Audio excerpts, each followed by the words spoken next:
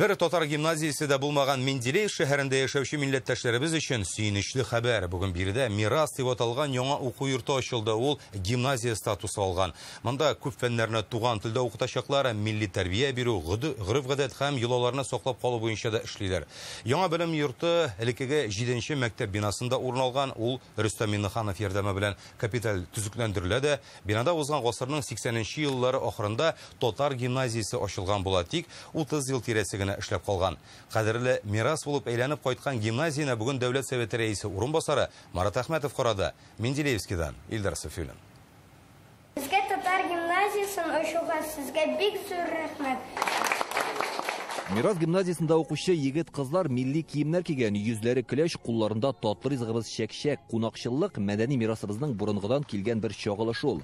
Бүген ачылган гимназияның төп бурычы да укучылар өчен милли мөхит булдыру, туган телне саклап калу һәм үстерү.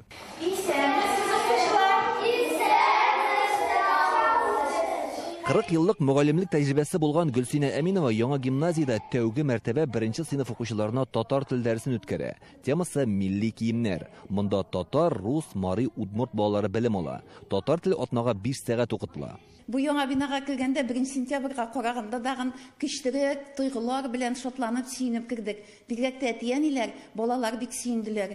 Шунда яхшы җиһазландырылган, милли бизәкләр белән яңартылган бинабызга без бик сөенәбез. Безгә монда бик рәхәт, без татар телен яратабыз. Во-первых, мы столовый порядок привели полностью.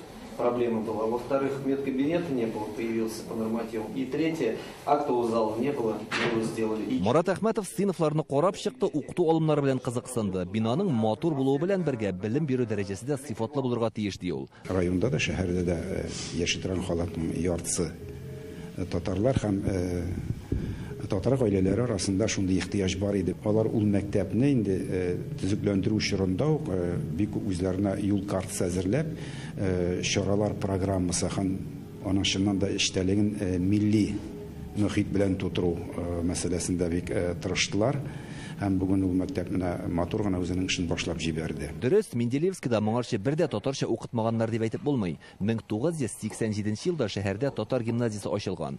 30 ел тирәсе эшләгәннән соң ул гимназия статусын югалта. Аны 7нче мәктәп итеп үзгәртәләр. Һәм менә биредә яңадан милли рух кабынды. Бу ел монда Рөстәм Миннеханов ярдәм белән капиталь ремонт ясаганнар. Бүген ачылган Мирас гимназиясының иң түренә и туган тел, и матур тел, әткә-мәнкәмнең теле дип язып куйганнар. Бу монда уку-укыту эшләрендә төп шигар булып торачак. Ремонт эшләре әле төгәлләнгән генә, шуңа күрә үзенчәлекле хуш ис аңкый, миллилек рухы бөркелә.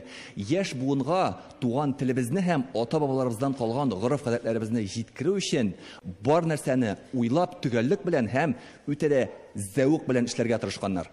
Күренекле шәхесләребезнең җырларыннан үзекләр әйтелгән улы мәгънәгә ия булган аларның сүзләре бөтенесе безнең мәктәп диварларын бизи. Мирасның директоры Миләүшә Макарова бүгенге тантанага яулыкның да бизәкле дивар төсенә туры килгәнен бәйләгән. Укыту программасында замана таләпләренә җавап биргәнен сайладык ди ул. Рус һәм татар телләрендә алып барылачак бу программалары.